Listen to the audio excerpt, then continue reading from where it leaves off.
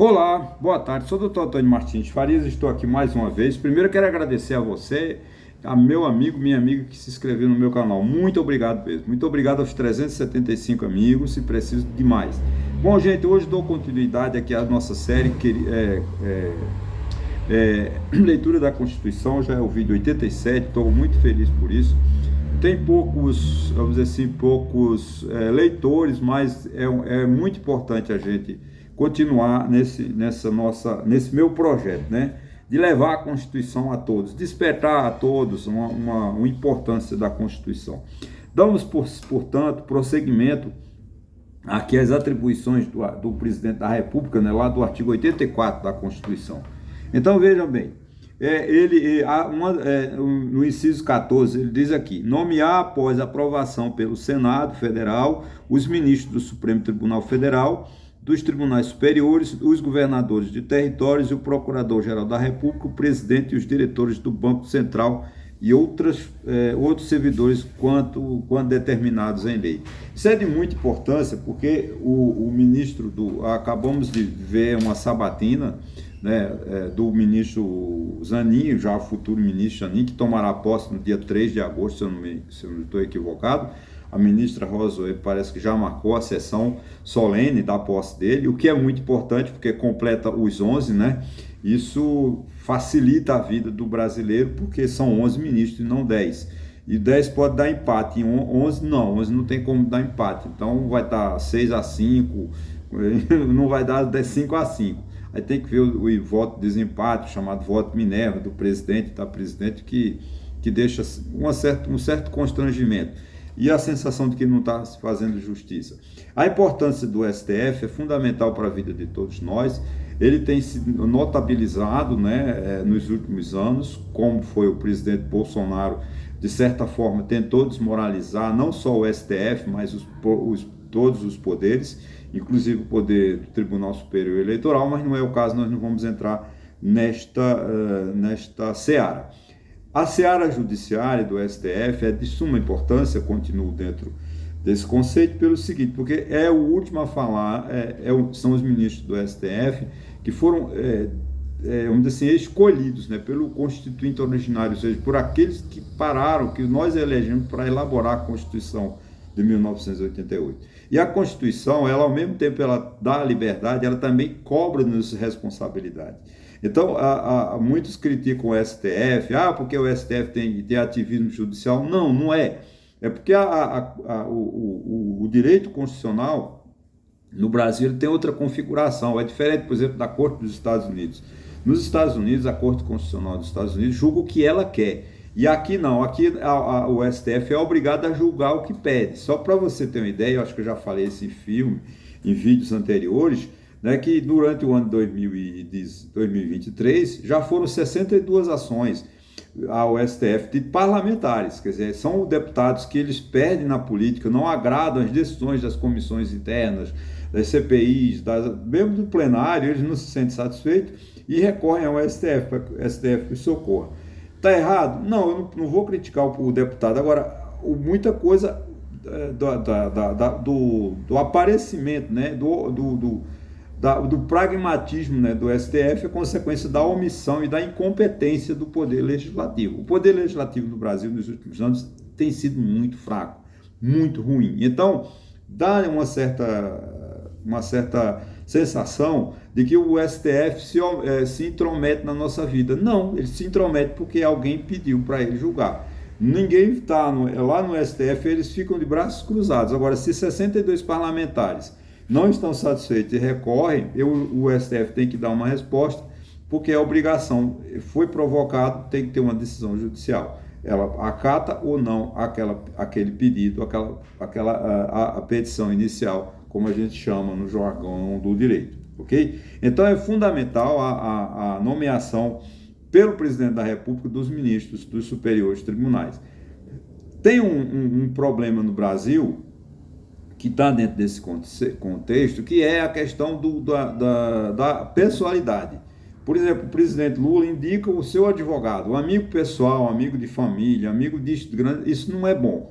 Isso é ruim, por quê? Porque dá uma sensação de que o tribunal é um tribunal de amigos. E um juiz, um ministro do Supremo, ele não pode decidir olhando a cara do réu, olhando a cara de ele tem que decidir conforme a Constituição. E o nosso STF, infelizmente, como uma expressão, vou usar aqui uma expressão de Bolsonaro, Bolsonaro diz, eu tenho 20% do STF, que é o juiz, o Cássio Nunes e o Alexandre, esqueci o nome, o outro ministro que ele escolheu. E o Lula tem 9, né? Vamos dizer assim, o PT tem 9, exceto o Gilmar Mendes, que foi indicado de FHC, mas mesmo assim virou, vamos dizer assim, o lado, ele está mais ao lado do PT do que ao lado E isso é uma coisa que fere. E os ministros do STF no Brasil, eles viram muito estrelas, né? Por exemplo, sei que parece que Gilmar Mendes é um grande empresário de faculdade, não sei o que ele tem, eu sei que ele só vive em Portugal, essa semana parece que ele levou uns 8 ou 11 ministros, né, para dar palestra, dar aula especial. Eu acho que não é função do ministro, sabe? Mas é uma crítica que eu faço, mas eu fico restrito a isso e peço desculpas. Mas eu acho que os ministros do STF no Brasil são muito estrelas. E o juiz tem que ser cauteloso, porque ele decide, o juiz, quanto menos aparecer, melhor. Quanto menos ele aparecer nos autos, melhor. O juiz tem que decidir conforme a Constituição, não se transformar em herói, como nós fizemos com o Sérgio Moro, né? O Sérgio Moro é um juiz comum, medíocre até, podemos afirmar, né, porque o resultado nós já estamos assistindo, e fizemos de Sérgio Moro o herói. Ele ia salvar o Brasil, que ele ia acabar com a corrupção, que ele ia ser o presidente da República. Olha o exemplo. Então é preciso que a gente tenha certa cautela, mas infelizmente no Brasil os ministros do STF estão em estão recebendo muita pressão, estão recebendo muita crítica, muitas das críticas injustas. Exatamente por isso, porque eles acham que, porque o STF se mete em tudo. Não, o STF não se intromete. Pedem para o STF decidir. Porque o que está acontecendo é que está havendo uma ruindade, uma qualidade muito ruim dos nossos parlamentares. A nossa Câmara, o nosso Senado, está sendo constituído por senadores e deputados medíocres. Essa é a expressão. Quando eles não têm saber jurídico, não têm saber sociológico, não tem nada, eles são praticamente analfabetos e, acima de tudo, são com mentes arcaicas, com todo respeito, né? Essas bancadas evangélicas, bancada da bola, bancada ruralista, isso é tudo incompetente. Como eles são muito incompetentes, eles não têm capacidade de diálogo, aí fica inventando essas bancadas para que haja muita confusão e pouco resultado. O problema é que nosso poder legislativo está péssimo. Aí a gente tem que acabar com isso, melhorar a qualidade do legislativo para que o poder judiciário possa trabalhar melhor. Mas de certa forma fica aqui essa crítica. Mas é interessante a gente falar sobre isso, né? Vamos lá, agora, nomear, observando o disposto no artigo 73, os ministros dos Tribunais de Contas da União. O Tribunal de Contas da União é um órgão, né, do poder, auxiliar do Poder Legislativo. O tribunal ele dá o parecer final para que ele aplique a lei. A administração pública tem que passar pelo Tribunal de Contas, que o Tribunal de Contas vamos dizer assim, o controle, ele controla todos os atos administrativos, todos os gastos, todas as despesas e todas as receitas que entram nos cofres da União tem que passar pelo Tribunal de Contas. Da mesma forma, o Tribunal de Contas é quem controla as aposentadorias do setor público, dos funcionários do setor público. Então é de extrema importância o Tribunal de Contas da União, e é o órgão competente, responsável para fazer auditoria. Qualquer tipo de auditoria no serviço público tem que ser competência do Tribunal de Contas. É preciso que a gente tenha esse respeito com os ministros do Tribunal de Contas, porque eles são aptos, competentes, o corpo jurídico, o corpo técnico de funcionários dos Tribunais de Contas são muito competentes, e eles dão esse parecer sobre qualquer vamos dizer assim, despesa, qualquer receita do governo. Então ele que dá a transparência, dá a honestidade, dá a legalidade dos atos praticados pelo presidente da República, pelos parlamentares, pelos juízes, pelos tribunais, por todo o serviço público brasileiro. Então, é fundamental, importância ele também que reconhece a questão das aposentadorias. Tem uma crítica, mas é uma crítica empírica, mas essa crítica é mais minha, vamos dizer assim, minha pirraça, né? Sempre tive essa opinião com relação ao Tribunal de Contas. Não tenho crítica em relação ao Tribunal de Contas em relação à sua competência, que eu tenho certeza que é um órgão muito competente e que presta um grande serviço a nós, à nação. É que os ministros são sempre ex-políticos, ex-governador, ex-deputado federal, ex-não sei o que, vai ser como se fosse. Quando ele não se elege mais, ele não tem prestígio para nada, ele pede para ser ministro do Tribunal de Contas, porque até 75 anos ele fica ganhando lá um salário com status de ministro, com muita mordomia. Infelizmente, mas é um órgão de muita importância. Então, o que o Tribunal de Contas diz ao Poder Legislativo que as contas do governo estão corretas e o Poder Legislativo, então, aprova ou desaprova quando o Tribunal de Contas opinar pela desaprovação, ou seja, negar a legalidade das contas do Presidente da República.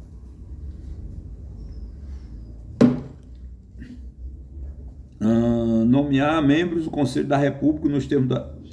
O Conselho da República, ele é importante para nós, mas esse conselho é um conselho que ele fica stand-by, ele não atua, ele só atua quando é convocado no caso de estado de sítio, no caso de intervenção federal nos estados e assim sucessivamente, é convocados esses conselhos, então eles são nomeados, são conselhos, tem o presidente da Câmara, o presidente do Senado e algumas outras pessoas e outros indicados pela Câmara, pelo Senado e nomeado pelo presidente da República para se reunirem e decidirem e dar uma espécie de conselho. É um conselho, eles dão assessoria, vamos dizer assim, ao presidente da República quando precisar tomar alguma decisão, como intervenção no Estado, intervenção ou a aplicação do estado de sítio, por exemplo. Como nós tivemos recentemente a intervenção do governo federal no dia 8 de janeiro, quando Bolsonaro tentou dar o golpe de Estado e foi fracassado. Graças a Deus, o presidente da República decretou a intervenção no governo do Distrito Federal, parece por 30 ou 60 dias, né? Então isso é a atribuição, né? Aqui eu vou parando por aqui para esse vídeo não ficar muito longo. Depois a gente segue no inciso 14, no inciso 19, desculpa, que vamos falar sobre como o presidente da República está autorizado a declarar guerra contra um país estrangeiro. No caso de ataque, ou se o governo resolver atacar um país, né? Eu acho difícil, mas a gente precisa de estar preparado e saber que isso é possível. Ok, gente? Então até a próxima.